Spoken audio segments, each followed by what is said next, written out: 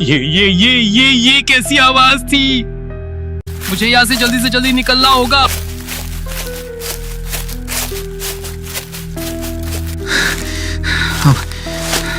अब ये कौन सी जगह आ गया हूँ मैं?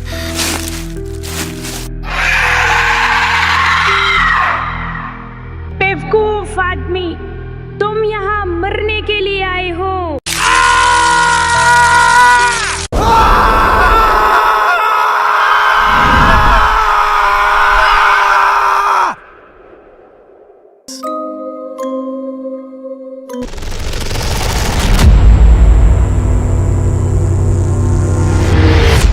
रतनपुर गांव के बाहर एक हरा भरा मैदान, सूरज की किरणें चमक रही हैं। माधव, एक युवा चरवाहा जो लगभग 25 साल का है, अपनी भेड़ों के झुंड के साथ चल रहा है। वह मजबूत और आकर्षक है, लेकिन उसकी चाल में थोड़ी लापरवाही है। वह भेड़ों को हाँक रहा है। रतनपुर गांव, जहां जिंदगी धीमी और शांत गति से चलती थी। यहाँ के लोग अपनी जमीन से जुड़े थे और अपनी परंपराओं का सम्मान करते थे। लेकिन कुछ लोग ऐसे भी थे जो पुरानी बातों को सिर्फ कहानियां मानते थे और उन्हें हल्के में लेते थे। माधव उन्हीं में से एक था।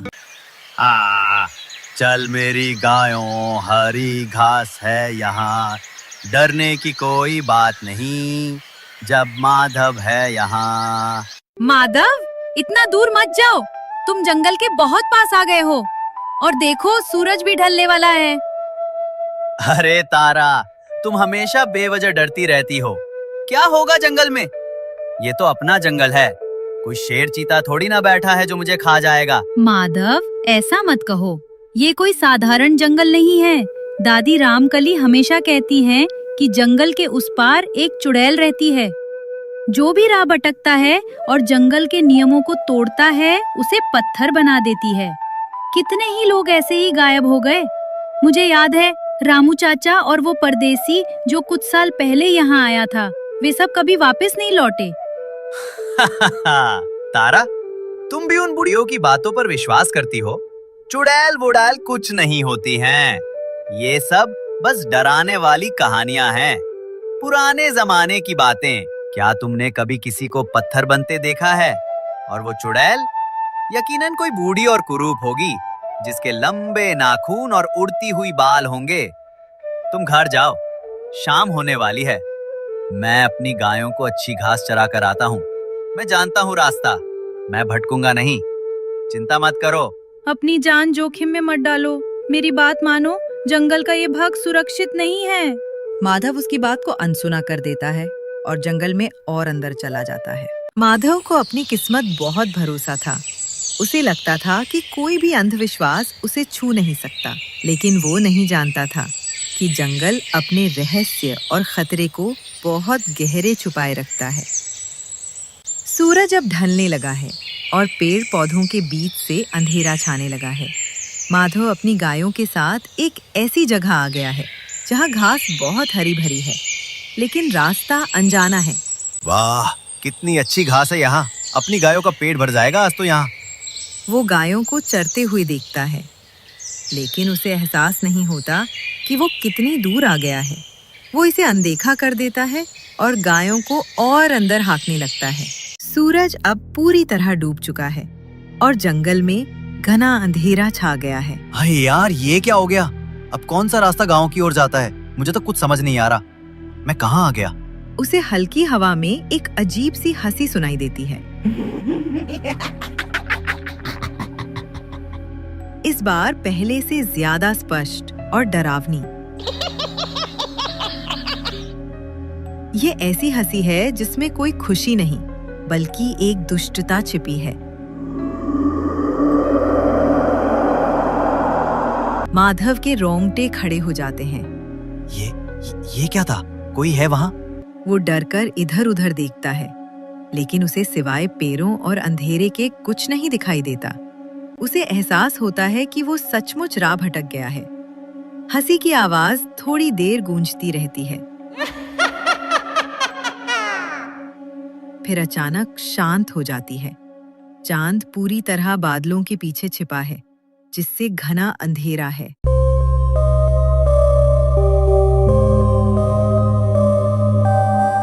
गायों की आवाज में घबराहट बढ़ती जा रही है।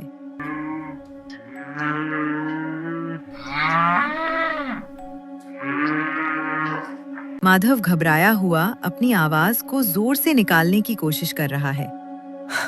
ये क्या हो रहा है? ये कौन सा रास्ता है? हर तरफ बस एक जैसा घना जंगल है।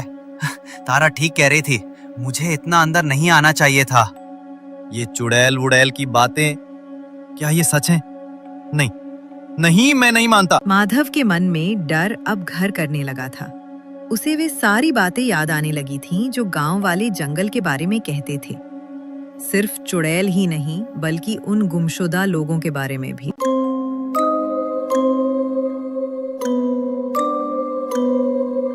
रामू चाचा, परदेसी? क्या सच में? नहीं, ये सब महज इत्तेफाक था। मुझे यहाँ से बाहर निकलना होगा। वह किसी भी दिशा में चलना शुरू कर देता है, बिना किसी विचार के।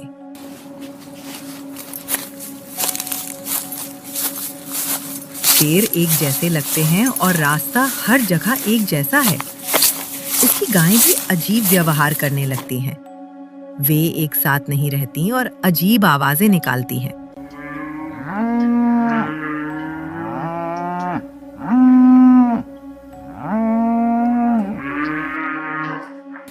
माधव आगे बढ़ता रहता है।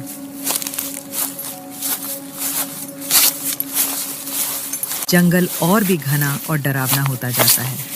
हवा में एक मीठी सी अजीब गंध फैलने लगती है, जो उसे थोड़ी देर के लिए चक्कर दिलाती है।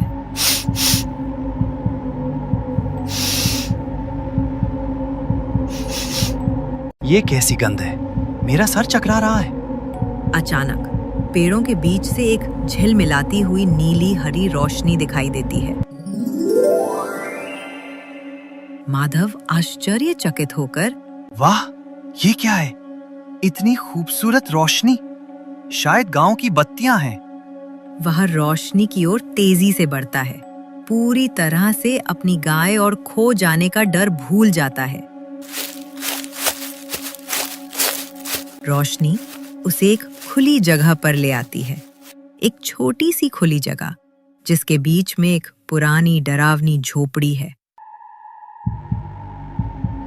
झोपड़ी की लकड़ियां मुड़ी तुड़ी हैं। झोपड़ी के चारों ओर भयानक ढंग से व्यवस्थित अजीबोगरीब पत्थर की मूर्तियां खड़ी हैं। कुछ मूर्तियां जानवरों की तरह दिखती हैं। उनके मुंह खुले हैं जैसे वे चिल्ला रहे हों। कुछ मूर्तियां इंसानों की तरह हैं। उनके चेहरे कठोर, भावहीन और डरे हुए हैं, जिससे लगता है कि वे असली इंसान थे। ये क्या है? ये कैसी जगह है? ये पत्थर की मूर्तियां, ये तो बिल्कुल इंसानों जैसी दिखती हैं। क्या ये वही लोग हैं जिनके बारे में दादी बताती थी? वो रामू चाचा और वो परदेसी? उसे फिर से वही हल्की, डरावनी और दुष्ट हंसी सुनाई देती है। इस बार ये हंसी बहुत करीब से आती है, जैसे कोई उसके ठीक पीछे खड़ा हो। माधव डरकर पीछे कूदता है। माधव चारों ओर देखता है। उसकी सांसें तेज हो जाती हैं। कौन है? कौन हंस रहा है? कोई जवाब नहीं आता, सिवाय हवा की सरसराहट और उसकी अपनी तेज धड़कनों के।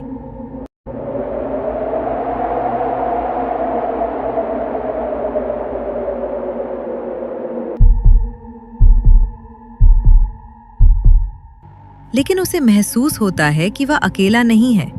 वह अब जानता है कि वह एक बहुत बड़े खतरे में है। रात का घना जंगल। माधव पत्थर की मूर्तियों के बीच में खड़ा है। झोपड़ी के अंदर से आ रही लाल रोशनी और भी तेज हो गई है। ये कोई सपना है? ये सच नहीं हो सकता। ये सब कहानियां थी, सिर्फ कहानियां। वो डरते डरते झोपड़ी के मुख्य दरवाजे के पास जाता है। दरवाजा आधा खुला है और अंदर से आग की रोशनी बाहर आ रही है। माधव धीरे से दरवाजे से झांकता है।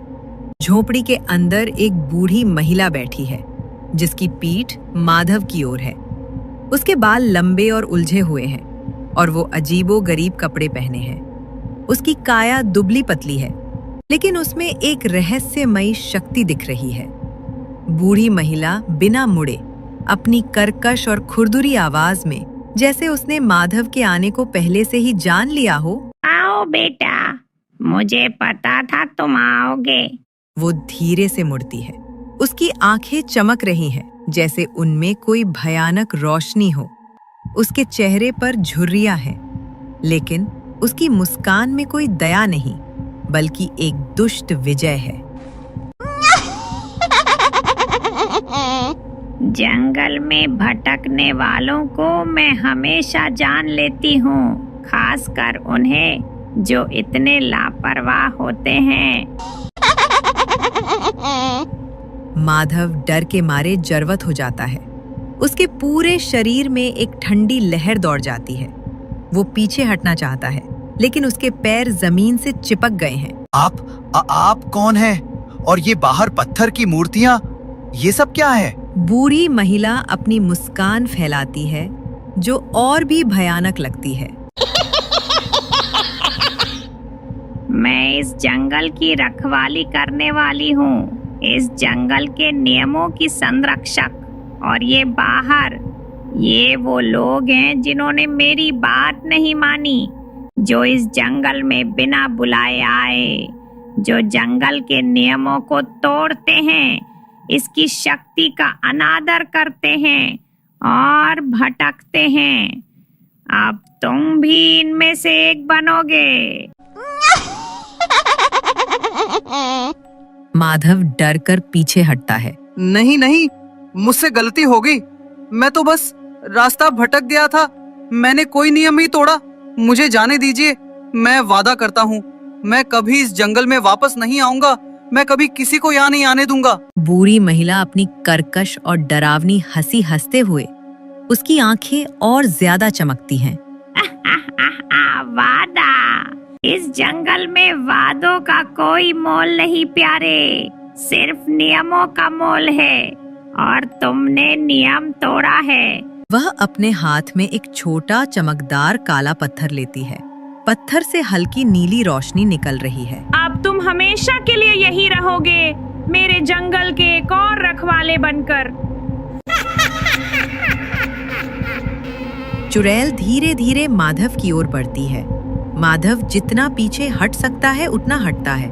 उसे तारा की बातें याद आती हैं, दादाजी की चेतावनी याद आती है। मुझे माफ कर दो तारा, मैंने तुम्हारी बात नहीं मानी। पिताजी। चुड़ैल अपना हाथ उठाती है, जिसमें वो काला पत्थर पकड़ी हुई है। पत्थर से एक तेज नीली रोशनी निकलती है और सीधे माधव पर पड़ती है।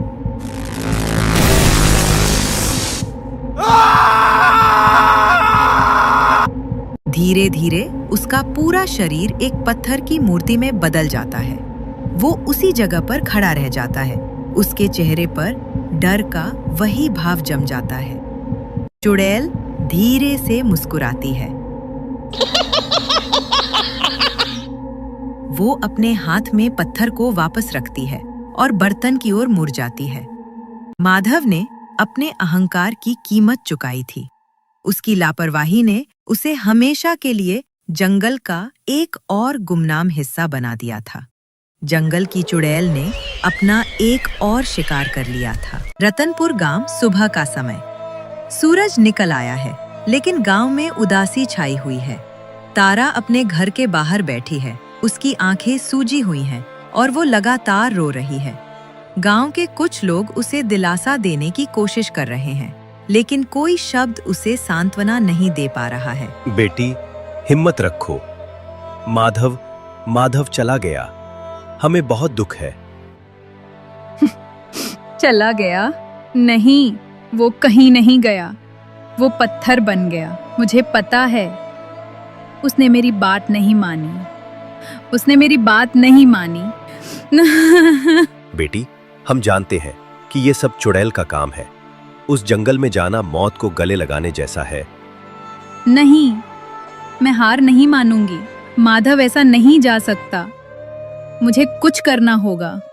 दादी रामकली वही हैं जो इस चुड़ैल के बारे में सबसे ज्यादा जानती हैं। अगले दिन सुबह तारा दादी रामकली के घर जाती है। दादी, मुझे माधव को वापस लाना है। लेकिन क्या कोई तरीका नहीं है, कोई रास्ता? बेटी, मुझे बहुत दुख है। माधव ने मेरी बात नहीं मानी। मैंने उसे कितनी बार समझाया था कि जंगल में चुड़ैल रहती है, लेकिन उसे अपनी मर्जी करनी थी। मैं जानती हूँ दादी, उसने लापरवाही की, लेकिन वो मेरा सब कुछ है। क्या चुड़ैल के शाप को तोड़ने का कोई तरीका नहीं है?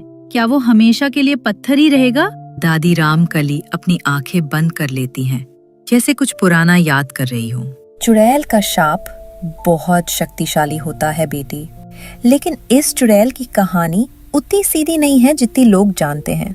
ये चुड़ैल ये कभी हमारे जैसी ही एक इंसान थी।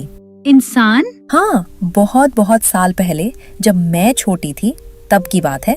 इस जंगल में एक वैदिका नाम की महिला रहती थी। वो गांव से थोड़ी अलग थलग रहती थी, लेकिन उससे जड़ी बूटियों और जंगल के ज्ञान की गहरी समझ थी। लोग उससे थोड़ा डरते भी थे और थोड़ा सम्मान भी करते थे। गांव के कुछ जमींदार वो वैदिका से चिढ़ते थे क्योंकि वो उनके अन्यायों के खिलाफ आवाज उठाती थी। फिर क्या हुआ दादी? एक दिन जमींदारों ने वैदिका पर झूठा आरोप लगाया कि वो गांव में जादू टोना करके बीमारियां फैला रही है। उन्होंने उसे गांव से निकाल दिया और जंगल में अकेला छोड़ दिया। वैदिका बहुत दुखी हुई क्योंकि वो निर्दोष थी और गांव की भलाई ही चाहती थी। उसने सोचा कि जंगल ही उसका घर है और वो यहीं अपना जीवन बिताएगी। तो वो चुड़ैल कैसे बनी? जंगल में अकेले रहते हुए वैदिका को एक पुरानी रहस्यमयी शक्ति मिली। कुछ लोग कहते हैं कि जंगल की आत्माओं ने उसे शक्ति दी क्योंकि उसे जंगल का सच्चा संरक्षक पाया। उस शक्ति से वो अपनी रक्षा कर सकती थी, लेकिन उसके मन में गांव वालों और उन जमींदारों के प्रति गहरा गुस्सा और दुख भर गया था जिन्होंने उस पर अन्याय किया था। उसने कसम खाई कि जो भी जंगल का अनादर करेगा या बिना सोचे समझे इसमें प्रवेश करेगा, उसे वो सबक सिखाएगी। और उसी दिन से वो जंगल की चुड़ैल बन गई। प्रकाश, जो तारा के साथ आया था, सुनकर चौंक जाता है। वो चुड़ैल लोगों को पत्थर क्यों बनाती है? वह लोगों को पत्थर बनाती है ताकि वे जंगल के नियम न तोड़ें और उन्हें ये सबक सिखाया जा सके कि लापरवाही और अहंकार का क्या अंजाम होता है, खासकर उन लोगों को जो उसकी तरह कभी अपनी मर्जी करते थे और दूसरों की बात नहीं मानते थे। माधव ने भी तो गांव वालों की चेतावनी नहीं मानी थी। तो ये चुड़ैल सिर्फ उन लोगों को पत्थर बनाती है जो जंगल का अनादर करते हैं या लापरवाह होते हैं। इसका मतलब अगर हम उसे माफी मांगें या उसे कुछ दें, क्या वो माधव को वापस ला सकती है? मैंने सुना है बेटी कि वैदिका को जंगल की एक खास जड़ी बूटी बहुत पसंद थी। वह जड़ी बूटी जंगल के सबसे गहरे हिस्से में पाई जाती है, जहाँ कोई जाने की हिम्मत नहीं करता। अगर कोई निडर होकर बिना किसी अहंकार के सिर्फ पश्चाताप और सम्मान के साथ उस जड़ी बूटी को खोजकर वैदिका को दे तो शायद उसका दिल बदल जाए। यह सिर्फ एक कहानी है बेटी, एक अफवाह। किसी ने आज तक ऐसा करने की हिम्मत नहीं की। मैं जाऊंगी दादी, मैं वो जड़ी बूटी ढूंढूंगी, मैं माधव को वापस लाऊंगी। तारा, तुम पागल हो गई हो। वो जंगल कितना खतरनाक है और वो चुड़ैल। मैं जानती हूँ प्रकाश, लेकिन मेरे पास खोने के लिए अब कुछ नहीं है। माधव के बिना मेरी जिंदगी क्या है? मैं अपने प्यार के लिए कोई भी खतरा मोल लेने को तैयार हूँ। मुझे ये जड़ी बूटी ढूंढनी ही होगी। बेटा, अगर तुम सचमुच जाना चाहती हो तो तुम्हें कुछ बातें याद रखनी होंगी। जंगल में किसी चीज को छूना मत, कोई आवाज मत निकालना और किसी भी भ्रम में मत पड़ना। तुम्हारा इरादा नेक होना चाहिए। मैं याद रखूंगी दादी।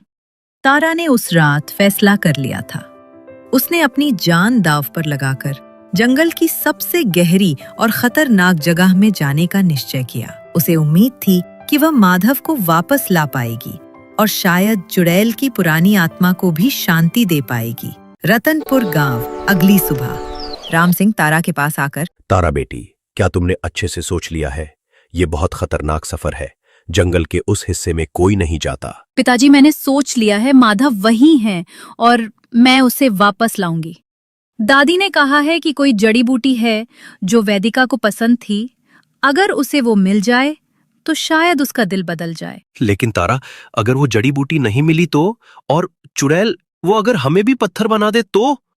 हम हिम्मत से काम लेंगे प्रकाश, और हम अकेले नहीं हैं, पिताजी भी तो हमारे साथ हैं। अगर उसे बचाने का कोई मौका है तो हम पीछे नहीं हटेंगे। ठीक है, तो चलो।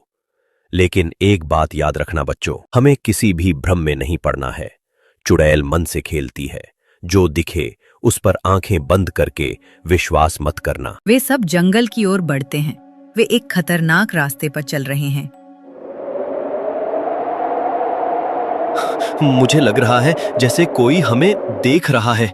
ये जंगल मुझे डरा रहा है। शांत रहो प्रकाश, ये बस जंगल की आवाजें हैं। हमें दादी की बातों पर ध्यान देना है, किसी भ्रम में मत पड़ना। अचानक उन्हें एक पेड़ पर एक सुंदर मोर पंख दिखाई देता है जो चमक रहा है। प्रकाश उसे छूने की कोशिश करता है।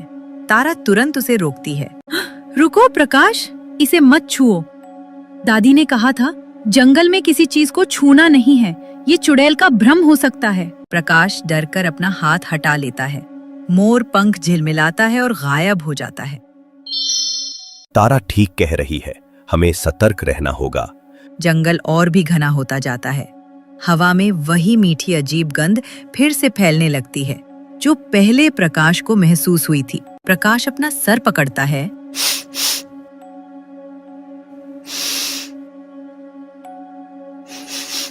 मेरा सर भारी हो रहा है। ये कैसी गंध है? मुझे नींद आ रही है।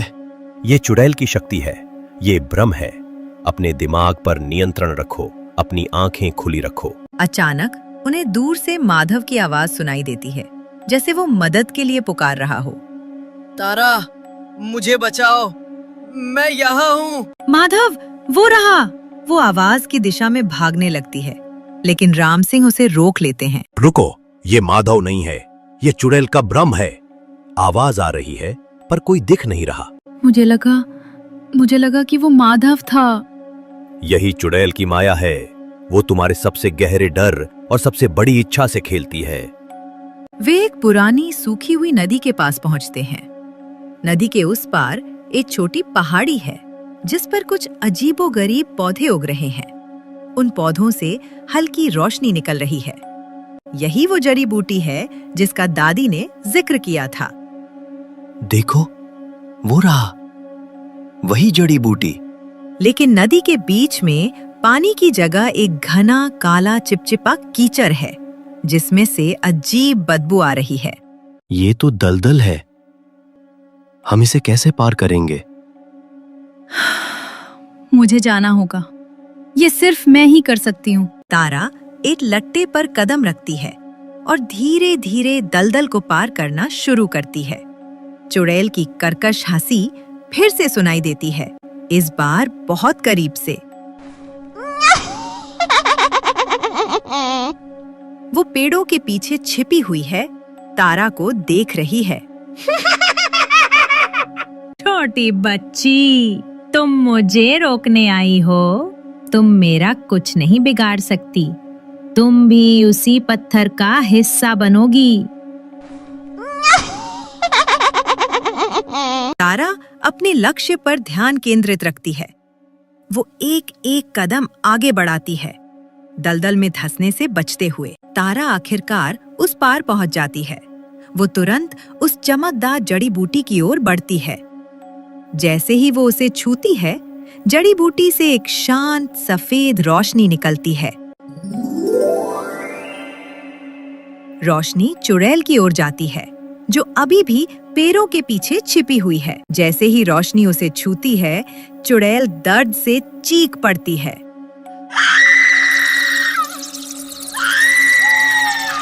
उसकी शक्ति कमजोर पड़ने लगती है और दलदल शांत होने लगता है।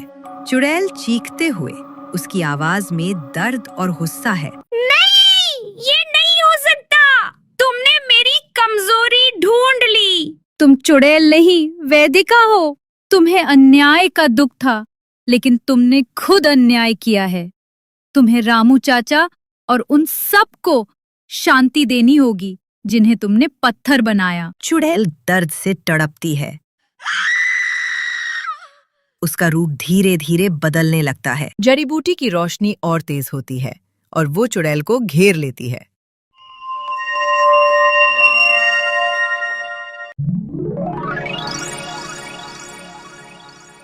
उसके बाल छोटे होते हैं, उसकी त्वचा की झुर्रियां कम होती हैं और उसकी आंखें पहले जैसी भयानक नहीं लगती। मेरा दर्द, मेरा बदला। मैं जानती हूँ तुम्हारा दर्द, लेकिन बदला लेने से शांति नहीं मिलती, माफ करने से मिलती है। अब तुम्हें शांति मिलेगी। जड़ी बूटी की रोशनी वेदिका के शरीर में समा जाती है। वेदिका का चेहरा शांत हो जाता है। वो एक पल के लिए आंखें खोलती है और तारा को देखती है। उसकी आंखों में कोई गुस्सा नहीं, बल्कि शांति दिखती है। फिर वेदिका का शरीर हवा में उड़ने लगता है और उसको मुक्ति मिल जाती है। राम सिंह, प्रकाश नदी के उस पार से तारा को देखते हैं। उनके चेहरे पर आश्चर्य और राहत है। तारा, तुमने ये कर दिखाया। उसने चुड़ैल को हरा दिया। तारा जड़ी बूटी लेकर वापस आती है। जंगल में अब शांति है। तारा ने अपनी हिम्मत, अपने प्यार और अपनी समझदारी से उस डर को हमेशा के लिए खत्म कर दिया, जिसने सालों से रतनपुर गांव को जकड़ रखा था। उसने न केवल माधव को बचाने का रास्ता खोजा, बल्कि एक पुरानी आत्मा को भी शांति दी। आपको ये कहानी कैसी लगी और आपको कैसी कहानी देखना पसंद है? कमेंट जरूर करें।